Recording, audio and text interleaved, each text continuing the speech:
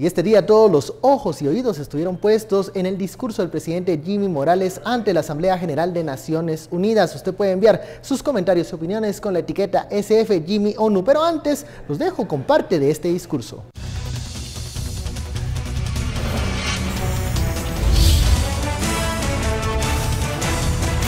Primero, porque violó la Constitución Política de la República, nuestras leyes y el acuerdo mismo de su creación, extendiéndose en su mandato, manipulando la justicia, atentando contra la presunción de inocencia y el debido proceso. Segundo, porque el comisionado Velázquez se entrometió en asuntos internos del país, politizando la justicia y judicializando la política, abusos que han polarizado a la sociedad guatemalteca y han creado una atmósfera de inestabilidad que llega a vulnerar la seguridad nacional. Otro abuso que no podemos dejar pasar es el uso excesivo de la fuerza y el abuso de poder que llegaron a llamarse publicitariamente los Jueves Negros de CICIG, que además de las mencionadas conferencias de prensa, incluían capturas y allanamientos con excesivo abuso de la fuerza, haciéndose acompañar de decenas de policías fuertemente armados, incluso con fusiles de alto calibre. Precisamente, uno de los allanamientos que sorprendió a Guatemala fue el allanamiento ilegal de Casa Presidencial el 2 de noviembre de 2016. Un abuso lamentable, porque además de romper los 3 círculos de seguridad de la Casa Presidencial, se puso en riesgo la institucionalidad misma del país. En ese allanamiento participaron personas de la CICIG y vehículos de Naciones Unidas. Estos hechos están y constan en las preocupaciones del Estado de Guatemala entregadas personalmente al secretario general de la ONU hace más de un año. Bienvenidos a este espacio de análisis de Sin Filtro, martes, la etiqueta SF Jimmy ONU. Escuchábamos pues extractos de este discurso, 23 minutos, se refirió el mandatario al tema de la Comisión Internacional contra la Impunidad en Guatemala frente a la Asamblea General de Naciones Unidas allá en Nueva York. Pasado mediodía todos estábamos pendientes de las palabras del presidente. El gobernante hizo énfasis en los que él llama errores y excesos de la CICIG, y de eso hablaremos esta noche con la etiqueta SF Jimmy ONU. Damos la bienvenida a nuestros analistas. Estuardo Zapeta, muy buenas noches. Buenas noches. Philip Chicola, buenas noches. Buenas noches. Creo que todos estuvimos pendientes de las palabras del gobernante. Algunas parecían similares a las que había pronunciado la canciller Sandra Jovel semanas atrás, pero estas iban hiladas por una introducción de lo que somos los guatemaltecos según el presidente Morales, y luego estos 23 minutos enteros refiriéndose a CICIG. ¿Por dónde comenzamos a analizar las palabras del presidente Morales? Comencemos con Philip. Yo, antes de entrar al discurso, quizá valdría la pena poner en contexto qué era lo que estaba ocurriendo el día de hoy.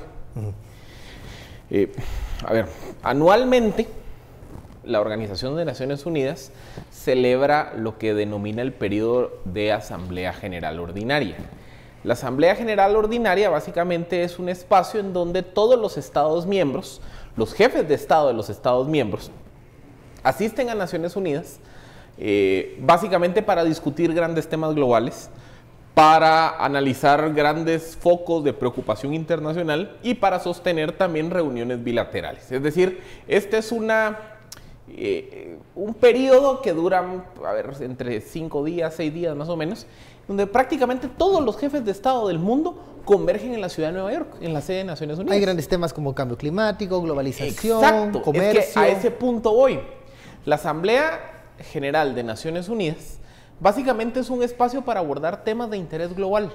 ¿Qué son temas de interés global? Por ejemplo, de la Asamblea de Naciones Unidas ha salido muchas de las reflexiones sobre cambio climático, sobre, por ejemplo, los marcos normativos internacionales en materia de derechos humanos. Por ejemplo, el presidente Donald Trump puso sobre la mesa, digamos que un tema que ha estado en discusión desde hace muchos años, y es la contradicción de que algunos órganos de derechos humanos están integrados por países que precisamente son conocidos violadores a los derechos humanos en el mundo. El presidente de Estados Unidos menciona como, por ejemplo, problemas internacionales como es la crisis de Venezuela y el efecto que tiene la crisis de Venezuela en generar un éxodo de migrantes venezolanos hacia el norte de Sudamérica y el sur de Centroamérica. Mencionó el caso de Irán y cómo las negociaciones del acuerdo nuclear con Irán han sido violentadas por el Estado iraní, que eso pone en riesgo la seguridad. En otras ocasiones se habla, por ejemplo, de temas como terrorismo. El mismo secretario general, Antonio Guterres, al dar, digamos, el discurso de apertura, hablaba de grandes amenazas globales. Por ejemplo, ponía sobre la mesa la reflexión de que el multilateralismo se está debilitando, lo cual creo que es una discusión bastante interesante en materia de política internacional. Entonces, esos son los temas que se llevan a la Asamblea General de Naciones Unidas. Es decir, es un espacio en donde se llega a debatir temas de interés global. ¿Cuáles son los grandes, digamos, los grandes discursos de estadistas? Son aquellos que han llegado a Naciones Unidas a poner sobre la mesa temas de interés. Por ejemplo, hace unos 10 años hubo un discurso bastante crítico, me acuerdo yo fue más, 20 años, del presidente Bill Clinton sobre el tema del agua. En su momento había, en los años 80, 90, se dio, por ejemplo, una serie de discursos sobre el futuro de las fuerzas militares en un contexto en donde el conflicto armado o los conflictos armados en el mundo venían para abajo. Es decir, a finales de los 90 se empezó a hablar del fenómeno del terrorismo y después, obviamente, de los ataques del 11 de septiembre contra las Torres Gemelas. Eso fue uno de los temas. Se volvió un tema de agenda global. O sea, este es un espacio para ir a hablar macro temas globales. Y ahí me quedo. El presidente aprovechó este espacio, este discurso para, bueno, hacer algunos señalamientos serios sobre el trabajo de la CICIG. También le pidió al secretario general, Antonio Guterres, no solo el cambio de comisionado, sino también pues cuentas de cómo se maneja la comisión. Esto, veo que ahí estás viendo algunos extractos del discurso, también todos recibimos el discurso íntegro del mandatario. ¿Algunas de las líneas que te llamaron la atención? Bueno, a mí me llamó la atención la línea transversal, la línea gruesa. A ver. Pero antes de eso, algunas acotaciones. El discurso no dice jueves negro, a propósito. No, dice jueves de CICIG. Jueves de CICIG, que llegaron a llamarse jueves de CICIG, que además de las mencionadas conferencias de prensa, bla, bla, bla, página 16, línea 3, ¿verdad? Se llama jueves de CICIG, no sé dónde salió lo negro, pero... Cosecha propia, digamos. Pero por ahí salió. Bueno. Entonces, toca... básicamente en par de líneas Belice, en par de líneas acuerdo aduanero, en par de líneas también el censo y en par de líneas temas de agradecimiento por la ayuda al volcán de fuego. Del volcán de fuego. Pero de las 24 páginas, de la 9 a la 19, básicamente son dedicadas contra la CICIG. Y yo creo que más que contra la CICIG, es en realidad contra el señor Velázquez. Iván Velázquez. Entonces, aquí el argumento central de este discurso es el antirracismo, digamos, lo que se llama el argumento que utiliza el presidente es que la CICIG, luchando contra la corrupción, se volvió corrupta, ¿verdad? Se volvió un CIAX. Se volvió un paralelo, correcto, un cuerpo paralelo. Ese es el argumento central. Ese argumento es un argumento muy antiguo en términos de, por ejemplo, quien dice que los terroristas peleando contra los antiterroristas, peleando contra el terrorismo, se vuelven terroristas, ¿verdad? Eso es el terrorismo del antiterrorismo. O digamos, los racistas peleando contra el racismo, se vuelven racistas ellos mismos. Ese es en realidad una de las líneas la línea central de todo el discurso, ¿verdad? Porque no toca ningún tema de los que decís, Philip, o sea, no hay ningún tema global en esto, ¿verdad? Quiere llevar el tema de CICIG a una escala global, pero no, digamos que ahí falla. ¿Cómo hace esto? Hace en dos líneas. Primero, acusando al mismo secretario general de Naciones Unidas el ex presidente de la Internacional Socialista, el señor Guterres, él fue secretario de la Internacional Socialista, de ser básicamente un aguado, ¿verdad? El argumento es, nosotros tenemos un año de estar pasando toda la información y aquí no ha hecho nada. Y usted, señor Guterres, no ha hecho nada. Eso es lo que le dice, ¿verdad? Y segundo, eso es aquí.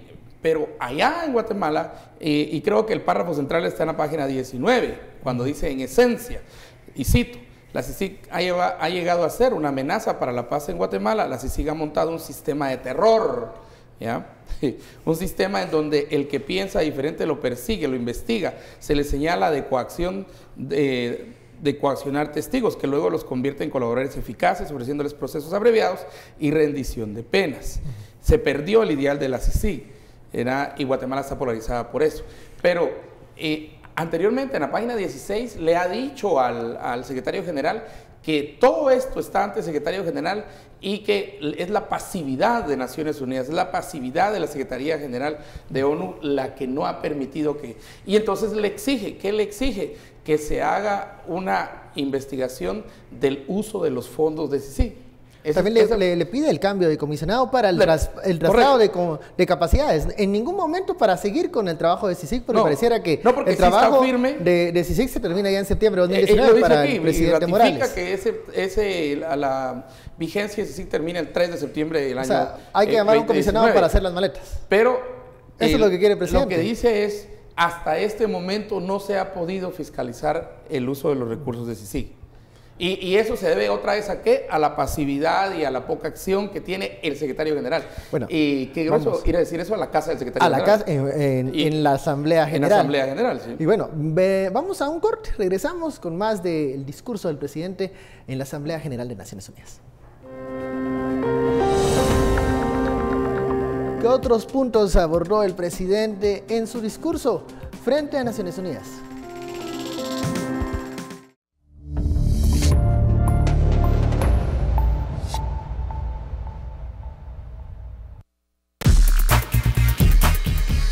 Ahora vuelvo al punto de nuestro asombro como país, y es que a pesar que nosotros, me refiero al gobierno de Guatemala, habíamos manifestado tiempo atrás nuestras preocupaciones de los abusos de la CICIG en Guatemala, tuvo que darse un caso que afectara intereses internacionales para que la comunidad internacional se percatara de las injusticias cometidas por esa Comisión de Naciones Unidas.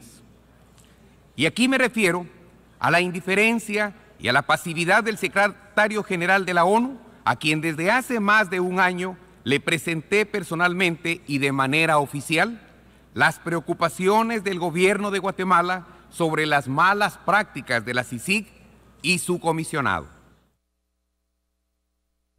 Regresamos al análisis de Sin Filtro, la etiqueta SF y Jimmy ONU. Hablábamos en el bloque anterior de los señalamientos que hace de esta pasividad, de esta inamovilidad de Naciones Unidas frente a las quejas, a estos señalamientos que hace un año presentó el Estado de Guatemala y que pensando en el artículo 12 buscaban un espacio de negociación para ver qué hacían con esos señalamientos. ¿Qué pasó con ONU que nunca respondió? Porque según el argumento del presidente, ONU se quedó indiferente, no los tomó en serio, como un Estado miembro que son. ¿Qué pasó? Miren, para mí esto tiene una explicación muy sencilla. Lo que pasa es que aquí, como estamos tan imbuidos en esta dinámica del día a día, y si sigue el comisionado y los allanamientos, y hoy le cayeron al fulanito y mañana le cayeron al primo del no sé quién, y entonces se pasaron. Aquí digamos que se nos ha ido nublando la vista. Pero si nos vamos con un actor internacional, alguien que está viendo esto con una lejanía enorme, llega el presidente de la República de Guatemala y le dice: mire, señor secretario general, Antonio Guterres, le traigo una queja contra la gestión del comisionado Iván Velázquez. Acuérdense que ese era el argumento hace un año, en agosto del 2017. No era contra la comisión. No era contra CICIG. Le traigo una queja contra el comisionado Velázquez. Entonces probablemente viene Guterres y le dice: ok, soy todo oídos. ¿Cuál es la queja? Es que la CICIG se extralimita en sus funciones. Ok, dime. Es que la CICIG allanó casa presidencial. Ok. ¿Eso lo denunciaste en el momento adecuado? No. Si sí allana solo porque un día se levantan y dicen, hoy le vas a caer, no, eso lo autoriza un juez. Ah, va. Entonces quéjate con el juez. O sea, no puedes hablar de que eso fue un problema de la comisión. Va. Y si fuera de la comisión, ¿qué tiene que ver el comisionado en eso? Va. Primera queja. A ver, ¿cuál es tu segunda queja? Es que los casos de la CICIG son armados. Ok, ¿como cuáles? El caso Rosenberg. Ok, ¿qué otro? Pavo Real. Ok, bueno, déjeme ir a averiguar. Mire, fíjese que el caso Rosenberg y el caso Pavo Real, los dos son de las gestiones anteriores a la de Iván Velázquez. Entonces, ¿por qué usted se está quejando de él y utiliza como queja de él casos que vienen de antes? O sea, hay una contradicción. Pero se la topo. Quiero ver, Guatemala, mándame información de esos casos. Ok, en el caso Rosenberg, básicamente hay más de 10 personas condenadas. Por lo menos la estructura de sicarios está condenada. En el caso Pavo Real, es cierto que en los tribunales internacionales se ha absuelto a Carlos Bielman y a Javier Figueroa, pero Erwin Sperensen acaba de ser condenado nuevamente a 15 años en Suiza. Hay 4, si no estoy mal, 4 o 5 policías guatemaltecos que están condenados precisamente por ejecuciones extrajudiciales. Entonces, a ver, ¿cómo así que los casos mal armados igual condenas hay? Pero ok, ¿qué otra queja tenés? Es que interfirieron en las reformas constitucionales. Bueno, pero el mandato de CICIG dice que pueden proponer políticas, en este caso reformas, para atender los cuerpos ilegales y aparatos clandestinos de seguridad. O sea, ¿a qué punto voy? Porque la queja sobre los Bitcoff es reciente. Y la queja de la prisión preventiva es reciente. ¿Qué otra queja probablemente dieron? Es que mediatizan los casos con las conferencias de prensa. Bueno, ¿esto empezó con el comisionado Velázquez? No. Venía desde Castresana. Y es más, desde que tengo memoria, yo recuerdo desde tiempos de Juan Luis Florido y del fiscal que vino después de él, que fue Amílcar Velázquez, que el Ministerio Público hacía conferencias de prensa. Entonces, ok, ¿de quién es la culpa? ¿Del comisionado, de la CICIG o esto es algo recurrente en el sistema? Conclusión. Naciones Unidas, de lo que entiendo, de lo que he platicado con gente allá, no entiende el caso de Guatemala. Ese es el asunto. No es, miren, no es parsimonia de Velázquez, de Gutiérrez. No es que a Gutiérrez le caiga mal Jimmy, es que cuando llega a Guatemala a presentar el caso de cuáles son sus molestias respecto de CICIG y se someten esas molestias, digamos, a un escrutinio mínimo a la luz de documentación, de información y demás, Naciones Unidas no termina de entender, a ver, ¿cuál es tu queja? O sea, ¿qué es lo que te tiene tan molesto? El sustento de los señalamientos. Si al final todo lo que me venís a decir, bueno, yo no sé qué tanto es endilgable al comisionado, qué tanto es endilgable a la CICIG, es un problema del sistema. Entonces, como está esa duda que Naciones Unidas no entiende la queja del gobierno de Guatemala, por eso es que ha pasado un año y Naciones Unidas sigue diciendo, mano, en serio, explícame, dame sustento de cuál es tu molestia. Y miramos qué hacer. Pero hasta el día de hoy, esto no ocurre. Y por ejemplo, viene la otra, el caso de los Bitcoff, que fue otro de los casos mencionados. De los más sonados y que tuvo repercusiones internacionales. Cabal, ¿y cuál fue la repercusión internacional? Que un congresista y un senador se compraron la tesis de la teoría de la conspiración que activó Bill Browder, suspenden por 2-3 meses los fondos de CICIG, se hace una investigación y a ver, la conclusión a la que se llegó es no hay prueba o no hay evidencia tangible que muestre que Rusia tuvo incidencia en el proceso. Entonces, a ver, que la prisión preventiva muy larga, sí, eso es un mal del sistema guatemalteco. Que los Bitcoff son víctimas y no criminales porque ellos solo compraron documentación ilegal, bueno, es algo que se tiene que dilucidar en tribunales. Que los condenaron a una pena, bueno, es asunto del sistema de justicia. O sea, la prueba no ha demostrado la tesis que había vinculación rusa. Entonces, ¿qué ocurre? Muchas de las quejas que presenta el Estado de Guatemala ante Naciones Unidas, y otra vez, no la juzguemos desde la perspectiva que tenemos nosotros aquí, porque aquí todos estamos nublados por toda esta maremoto de información, de posiciones, de pasiones. Pero cuando alguien de afuera juzga esos posicionamientos, dicen, ¿qué está pasando? ¿Cuáles son los fundamentos de los señalamientos? No entiendo tu caso, así en buen día, no entiendo tu caso. Y esa es la reacción de Gutiérrez respecto a lo que pasa en Guatemala. De la visión desde afuera vamos a la visión de los diputados. ¿Qué opinan los diputados luego de escuchar el discurso del presidente Morales ante Naciones Unidas? Escuchemos. ¿Existe una resistencia aquí en Guatemala precisamente a la gente que le está siendo afectada por los actos de corrupción y de impunidad. Yo creería, a mí sí me deja mucho que desear, hubiera esperado más un discurso de Estado. Yo creo que es necesario, puesto que ya la misma Corte de Constitucionalidad habló de un comisionado de mutuo acuerdo. Entonces, hemos visto la postura del gobierno central que no está de acuerdo con la posición del señor Velázquez. Bueno, de eso no le puedo dar ningún comentario. Yo lo que le puedo decir es que estoy basándome en una posición donde hubieron 5 votos a favor en unanimidad. Según yo, después de un fallo de la Corte de Constitucionalidad, queda el recurso de aclaración y de ahí ya solo queda un recurso más, que es el de llorar, porque no se puede hacer nada. ¿Entonces cree que es improcedente lo que ellos presentaron? Sí, totalmente. Pero hay que ver qué fue lo que presentaron, pero después de la Corte de Constitucionalidad ya no queda nada. Guatemala es un Estado miembro más de Naciones Unidas, no es un arrimado, no es un puesto allá a la fuerza, sino es un Estado miembro. Y el presidente le ha dicho a la Asamblea General de Naciones Unidas por más de un año: he presentado mis inconformidades con respecto a un convenio al secretario general y no he tenido respuesta. Estas son las voces desde el Congreso de la República, luego de escuchar el discurso del presidente Morales Estuardo, las reacciones de los diputados, y también sigues ahí pendiente de los extractos del discurso presidencial. Es que vamos a ver, al final todo lo que la acusación es del presidente Jimmy Morales es: si sigue viniendo a Guatemala y habiéndola dejado sola, o sea, sin control, sin auditoría de Naciones Unidas por 11 años o 12 años, 12 años va a ser el próximo, ¿verdad? Vamos a ver que se convirtió en un, ¿cómo es que digo él? Mecanismo de terror, en un disruptor social y en un divisor de la sociedad. Por eso que pone el ejemplo que ni en el conflicto armado interno había tanta división, es lo que dice él, lo cual yo creo que en realidad es una exageración, pero bueno, es parte del discurso.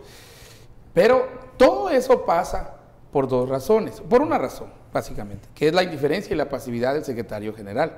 Y lo dice, ¿verdad? Y aquí me refiero a la indiferencia y la pasividad del secretario general de ONU, a quien le he estado presentando todas estas quejas, pero no han hecho nada. Entonces, la lógica es, la inferencia aquí es: secretario general no hace nada, la línea del argumento en el discurso es: si sí se convirtió exactamente en lo que estaba combatiendo, una SIACS básicamente, y dividió al país, y ahora lo que queda es terminar el mandato, pero también cambiar al señor, ¿verdad? Al señor, y aquí sí utilizan el nombre. Aquí sí es el señor Velázquez. Esa es la línea de argumento. Yo estoy explicando otra vez cómo lo va desarrollando el presidente en el discurso. Ese desarrollo. Esas 10 páginas, ¿verdad? Que es más, ¿verdad? De la 9 a la 19, es importante ver cuál es el argumento central. Entonces, primera culpa, ¿verdad? Es secretario de las Naciones Unidas por pasivo y por indiferente, ¿verdad? Esa pasividad e indiferencia ha tenido como consecuencia que aquellos se envalentonaron y se hicieron impunes, que era contra lo que estaban peleando. Otra vez, vamos a ver, la impunidad de la antiimpunidad, ¿verdad? Y tercero, entonces, aquí se da dos peticiones, porque tiene 2 peticiones básicas. Primero, que actúen para contarle las costillas y hacer una auditoría, y es del dinero, básicamente, de los recursos, para darle, digamos, la auditoría a la comunidad internacional, que es lo que él pide. Y segundo, ¿verdad?, confirmando que se termine el mandato y mandar a otra persona. Digamos, eso es básicamente la línea de pensamiento. Ya lo del censo, lo de la desnutrición, lo de Belice, ese es sombrero de esquipulas, pues son babosaitas, ¿verdad? No hay nada ahí. El prólogo de esto, que fue la carne del discurso, digamos. Pero quiero insistir en algo que dijiste desde el principio, y es correcto. Cuando uno compara los 2 discursos, la carta de la ministra Jovel, y compara este discurso, es casi igual, es un calco básico, ¿verdad? Como cada conferencia que dio la ministra Jovel. Entonces sacan, a la cual respondió el fiscal de la FESI, el fiscal Sandoval, ¿verdad? O sea, el presidente llevó estas palabras de la canciller Jovel a un discurso a nivel internacional. Entonces, básicamente es argumento, la construcción del discurso básico es argumento, entonces Idea de soporte 1, ejemplo. Idea de soporte 2, ejemplo. Idea de soporte 3, ejemplo. Donde también Entonces, está Bitco, criticando el trabajo del Ministerio Público. O sea, no. lo que antes, sí, claro, porque en todos esos casos tuvo una participación, sí, y el Ministerio Público. Pero aquí Entonces, no, en instancias, aquí no lo hay menciona, mención. pero en instancias No hay internacionales. mención del Ministerio Está Público. el tema del organismo judicial. Sí, pero tampoco hay mención del organismo judicial. Por ejemplo. No hay A ver, mención del pero organismo vamos judicial. a una pausa y regresamos con los que no mencionó el presidente, pero que están ahí, Ministerio Público y Organismo Judicial. Volvemos.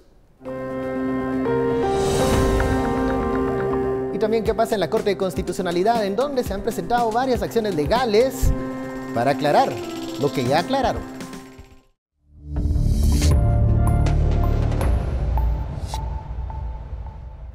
Regresamos a Sin Filtro, gracias por su preferencia. La etiqueta de la noche, SF Jimmy O. Nos estamos hablando del discurso del presidente Morales en la Asamblea General de Naciones Unidas. Y decíamos que en este discurso de 23 minutos, en donde se refiere al trabajo de la comisión, él no lo menciona, pero todo lo que hizo la comisión o no hizo, según el presidente Morales, pues en esas actividades tuvo participación el Ministerio Público y Pues también el organismo judicial. Empezamos ¿Qué por, pasó con eso? empezamos por el organismo judicial, porque hay algunos males que tenemos que entender su justa dimensión. Por ejemplo, en Guatemala hay más o menos 24.200 personas guardando prisión. De ellas, alrededor de 11.900, casi 12.000, están guardando prisión preventiva. O sea, estamos hablando que casi la mitad de la población en el sistema penitenciario hoy está en la cárcel por razones de prisión preventiva. 12.000, la mitad. O sea, la prisión preventiva ha sido ya ese es un mal de toda la vida. Y miren, no, algo estoy, que los jueces no estoy justificando, es una aberración. O sea, es una algo que está aberración mal. que una persona pase más de 3 meses, más de 6 meses, 1 año o 3 años, como ocurre con muchos de los acusados de alto impacto, en prisión preventiva. Pero esto no es de hoy, no es de hace 3 años, esto es de toda la vida. La casualidad es que hasta que empezaron a caer los cuates, los amigos, los políticos relevantes, eso se volvió problema. Pero aquí nadie volteó a ver las causas. ¿Y dónde están las causas de esto? ¿Por qué los casos duran ad eternum? Y lo hemos hablado aquí 1001 ocasiones. Porque no hay suficientes juzgados, no hay suficientes recursos, los plazos de la ley ya se están quedando obsoletos, no hay límites para presentar impugnaciones. Entonces, ¿qué pasa? Un caso que podría estar diseñado, o mejor dicho, un proceso que en el papel está diseñado para durar 1, máximo 2 años, termina durando 5 o 6 años. Y lo que pasa es que nos dimos cuenta de eso hasta la línea, hasta los casos de alto impacto, pero eso ha sido toda la vida. ¿Y de quién es el responsable de que eso no se resuelve? El organismo judicial. Primer problema. Segundo problema, las conferencias de prensa. Las conferencias de prensa, como les digo, es una práctica del Ministerio Público. Dense cuenta, llega doña Consuelo Porras, a ella no le gusta figurar mediáticamente y se acabaron las conferencias de prensa. Ya hay otra forma de dar a conocer los casos. ¿Cuál es la modalidad ahora? El jefe de la fiscalía a cargo del operativo presenta el caso. Y ni siquiera es una presentación de caso, da una declaración de 10, 12 minutos, responde un par de preguntas y adiós. ¿Qué me dice esto? Esto no es un mal. A ver, eso es un asunto de cómo se manejó la política de comunicación de la Fiscalía. Y esto viene de 3, 4 gestiones anteriores. Otra, el tema de los allanamientos. ¿Quién conduce los allanamientos? La policía. O sea, quien hace uso de la fuerza es el equipo de Policía Nacional Civil, que lo que está cumpliendo es una orden judicial que emitió un juez. Y el operativo es coordinado por un fiscal del Ministerio Público. Pero si yo tengo una queja con el allanamiento lo ejecuta policía, coordinado por Ministerio Público, pero autorizado por un juez. Entonces, ahí hay una cadena de responsabilidad que tenemos que tener clara. Entonces, esos son los temas en donde se podría plantear una objeción más sustantiva. Por ejemplo, yo creo que hubiese sido más relevante plantear una observación sobre el problema de la prisión preventiva en Guatemala. Y no solo en Guatemala, es un problema regional. Se discutió en el mismo Congreso de Estados Unidos. Claro. Correcto, pero ojo, este no es un mal solo de Guatemala, es un mal de los sistemas de justicia débiles de América Latina, de Centroamérica, del Triángulo Norte. Somos países que por nuestra disfuncionalidad, la prisión preventiva dura ad eternum. Lo que pasa es que, sorpresa, ahora se volvió, como les digo, se volvió lío el día que los cuates, los amigos, los no sé quién empezaron a caer. ¿Qué pasa con los señalamientos de presiones al sistema de justicia, presiones a los jueces, que también lo mencionó el presidente Morales? Y uno cuando leía los mensajes en redes sociales, algunos decían, es que antes el sistema estaba presionado hacia un lado, pero ahora el tema es que el sistema está presionado del otro lado. O sea, incluso hasta se confiesa de que existía un sistema de justicia que funcionaba bajo presiones, no bajo la ley. ¿Qué está pasando con esto? ¿Qué pasa con estas presiones que dice el presidente ahora? Pues. Problemas como la prisión preventiva que han existido de siempre. Han existido de siempre. Y yo creo que el argumento que se utiliza aquí precisamente, yo creo que sí son muy relevantes a propósito los que no son mencionados. El Ministerio Público, el organismo judicial, el sistema penitenciario, que ojo, el sistema penitenciario ¿de quién depende? Del Ministerio de Gobernación. Y el Ministerio de Gobernación ¿de quién depende? Del presidente. Entonces como que no quería meterse en ese círculo porque al final todo llegaba a él, pues en términos de lo que estamos discutiendo de la prisión preventiva. El presidente utiliza el argumento de la prisión preventiva, pero olvida, creo que de manera muy cómoda, decir que él está a cargo de las prisiones también, por una razón sencilla, ¿verdad? Porque el sistema está a cargo del Ministerio de Gobernación. Cuando contamos policías, no solo contamos PNCs, cuando contamos policías con toda la fuerza, incluyen los 3.000 guardias penitenciarios, un poquito más que hay, porque también están a cargo del Ministerio de Gobernación.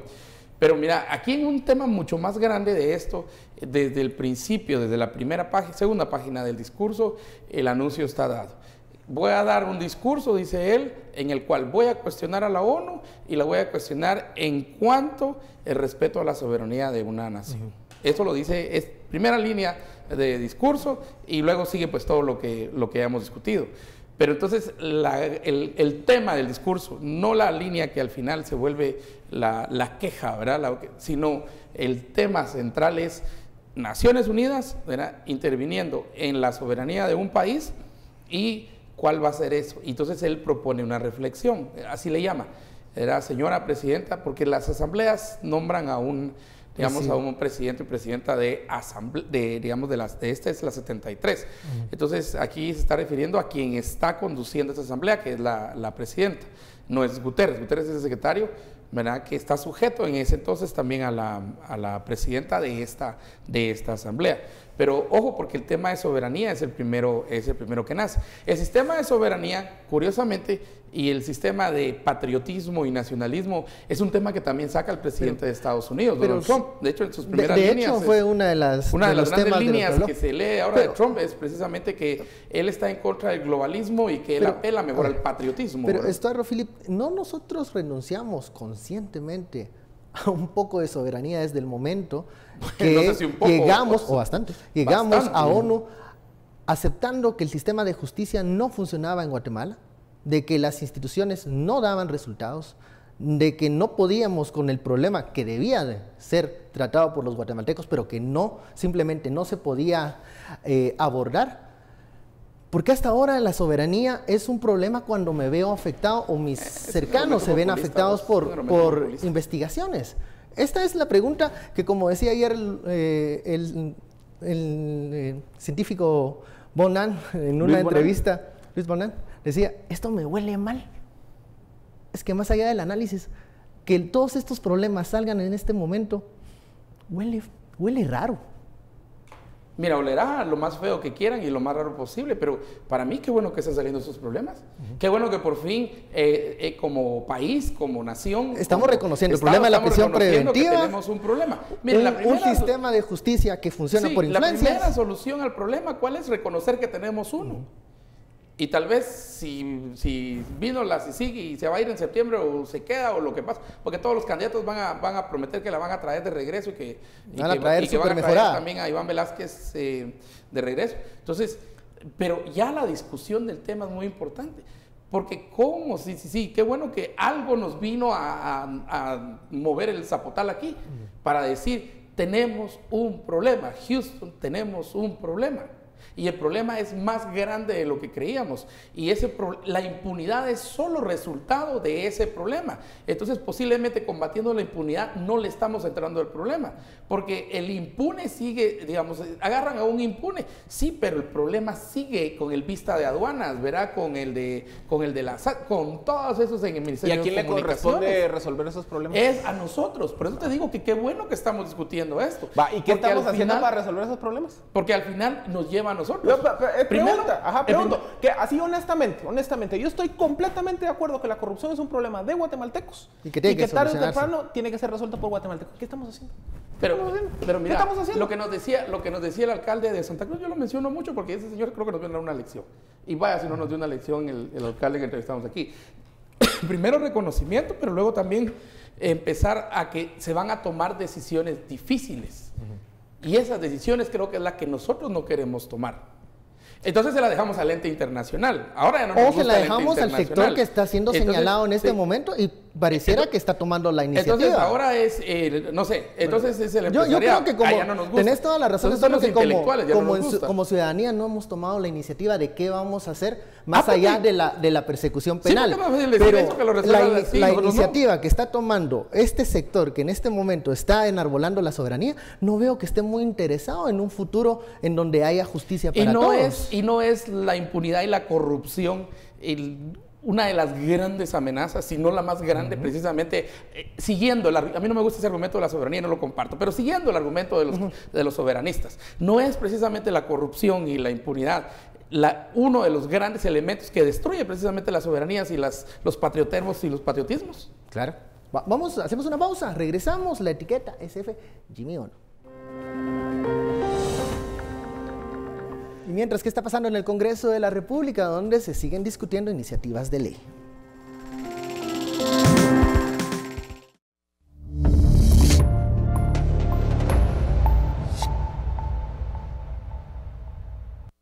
Aprovecha las promociones que Comex trae para ti. 60% de descuento en tu segundo galón o cubeta de Promil Plus. Búscanos en Facebook como Comex Centroamérica. Presenta. Muy buenas noches, bienvenidos a esta emisión de Sin Filtro. Les saluda nuevamente Sara Guerrero y es momento de finalizar el informe climático para todos ustedes. Tenemos en pantalla el pronóstico de los próximos 3 días, específicamente para la meseta central. Miércoles, jueves y viernes continuamos con presencia de lluvias. Para hoy, las lluvias descendieron al 20% de probabilidades, sin embargo, por horas de la tarde y de la noche nuevamente están acompañadas las precipitaciones de tormentas eléctricas. Hablando de las temperaturas, tenemos 26 grados como máxima al filo del mediodía y por las horas de la noche desciende de 16 a 17 grados centígrados. Hablemos del sol, hemos podido observar los amaneceres a las 5:33 de la mañana y los últimos rayos del sol los apreciamos a las 18:32. Finalizamos de esta manera el informe climático para todos ustedes. Continuamos con más en Sin Filtro. Llévate el galón de Real Flex Humedad Extrema a tan solo 240 quetzales. Visítanos en tu sucursal de preferencia. Búscanos en Facebook como Comex Centroamérica. Presentó. Gracias por seguir con Sin Filtro. Le decía antes del corte que en el Congreso de la República están avanzando las discusiones de la iniciativa de aceptación de cargos. ¿Qué podría cambiar con esa normativa? También en la Corte de Constitucionalidad, bueno, se han presentado algunas acciones legales porque el Ejecutivo dice que no está desobedeciendo, pero presenta acciones legales para entender más lo que los magistrados han decidido en cuanto al tema de prohibir el ingreso al comisionado Iván Velázquez. ¿Qué pasa en el Congreso, Philip? Las cosas parecen detenerse por un lado, pero se reactivan por otro. Aceptación de cargos. Yo creo que fue muy positiva que la ley empiece a avanzar. Básicamente la figura de aceptación de cargos es un mecanismo que va a contribuir a descongestionar el sistema. ¿De qué se trata aceptación de cargos? Miren, básicamente en Guatemala hay figuras muy limitadas para promover, digamos, la desjudicialización de los procesos penales, que son el criterio de oportunidad ¿procedimiento abreviado? O el procedimiento abreviado. Pero digamos que están limitados, por ejemplo, en el caso del procedimiento abreviado, a delitos cuya pena no superen más allá de los 5 años. El criterio de oportunidad pues está muy circunscrito a temas digamos que decisiones del juez, etcétera, etcétera. El procedimiento especial de aceptación de cargos básicamente es un mecanismo que se busca introducir a la ley. al Código Procesal Penal, y es similar a lo que en otros sistemas, por ejemplo, tal vez el caso que tenemos más cerca, aunque no es comparable directamente, es el caso de los plea bargains en el sistema procesal norteamericano o en el sistema criminal norteamericano, que básicamente ¿qué es? Que cualquier persona, cualquier acusado, salvo aquellos que estén vinculados a casos por violaciones a los derechos humanos o violencia sexual, puedan aceptar la responsabilidad en la comisión del delito, puede aceptar los cargos, porque realmente el concepto cargo es un poco más amplio, y derivado de esa aceptación de cargo ocurre dos cosas. Primero, que no es necesario proceder con un juicio, y segundo, se le otorga un beneficio a la persona que acepta el cargo. Beneficio básicamente materializado en una redención de la pena. Entonces, dependiendo del momento procesal en el que se hace la aceptación del cargo, así es el tamaño la proporción de la redención de la pena. Entonces, básicamente, ¿a qué contribuye esto? A que si hay un acusado, imagínense que tiene 2 delitos, asociación ilícita y cohecho pasivo, o sea, recibir sobornos.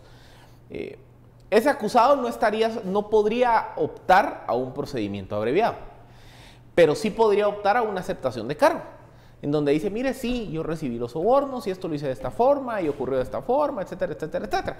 Y derivado de eso, entonces él obtiene una reducción de la pena de hasta una tercera parte de la misma, si lo hace en la audiencia de primera declaración. Entonces, esto lo que permita es ir descongestionando los procesos, y creo que es un mecanismo para irle dando más viabilidad a los procesos. Y dándole oxígeno también a este sistema de justicia que hemos visto ha tenido problemas.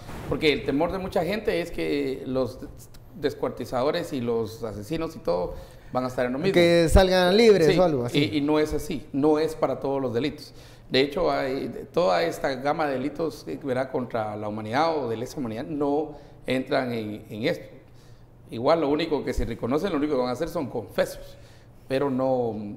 ¿Por qué? Porque estos siguen representando un daño, un peligro para la sociedad. Esa es la lógica. Pero hay, digamos, delitos menores también que se van. Y un ejemplo que tenemos que no es, tal vez lo más cercano, estabas poniendo Estados Unidos, pero tal vez más cercano que tenemos aquí es el colaborador eficaz. El colaborador eficaz lo que llega y dice, sí, yo participé de esa cosa, mira la analiza. Y Sinibaldi, ¿verdad? Ella dice, yo participé, fue así, y de los 6 años, el Ministerio Público... Pero hay una diferencia, el colaborador eficaz tiene que aportar más elementos, elementos. En cambio, la aceptación de cargo es, mire, yo lo hice, yo lo acepté, por ejemplo. Tal vez alguien que no conocía tanta la dinámica de la estructura, solo recibía algún soborno, desde ya puede decirlo. Pero el resultado es el mismo en ambos, siempre hay una baja en, ¿verdad? Porque para Annalise y los de Sinibaldi, ¿verdad? Valladares, Coisueta y, ¿cómo se llama?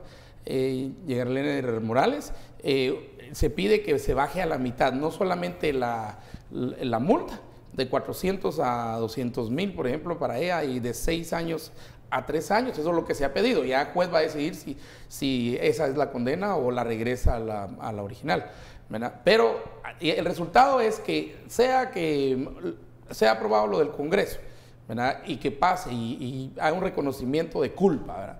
Por mi sola culpa, ¿verdad? Entonces hay también una reducción y es correcto, si es en primera, digamos en primera declaración, tiene más chance que le rebaje. Claro, porque está agilizando el proceso. Está agilizando el proceso. Pero tampoco no lo miremos como un premio.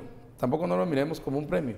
Y no lo miremos que es aplicable a todos los delitos. Eso no es así. Antes de cerrar, porque solo nos falta un minuto para terminar este espacio de análisis, ¿qué creen que va a pasar con la decisión del Ejecutivo que presentó acciones por la decisión de la Corte de Constitucionalidad? ¿Se va a alargar esto o vamos a ver una respuesta de los magistrados pronto? ¿Estorro? Yo creo que vamos a ver una respuesta de los magistrados pronto. Mientras tanto, Estados Unidos ya se mueve aquí a meter a los paralelos de fuerzas paralelas, que serían, digamos, una especie de fortalecimiento para el MP, ¿verdad? En los acuerdos grandes que van a tener de fortalecimiento de la, ¿cómo es que le llamamos nosotros? La superfiscalía. La superfiscalía. Algo que no le va a agradar a las personas que siguen señalados en procesos legales. Bueno, han logrado condenas en El Salvador, ¿no? Philip, ¿va a seguir estira y encoge con acciones legales? Para entretenernos. Para los siguientes 11 meses, para el 3 de septiembre del 2019. Porque miren, yo sí creo una cosa. A ver, la Corte en su resolución... cuando otorga el amparo provisional, aquella resolución del domingo en la noche, establece un criterio muy específico de en qué momento se violenta la resolución, que es en el momento que se impida el ingreso del comisionado o comisionada de CICIG a Guatemala.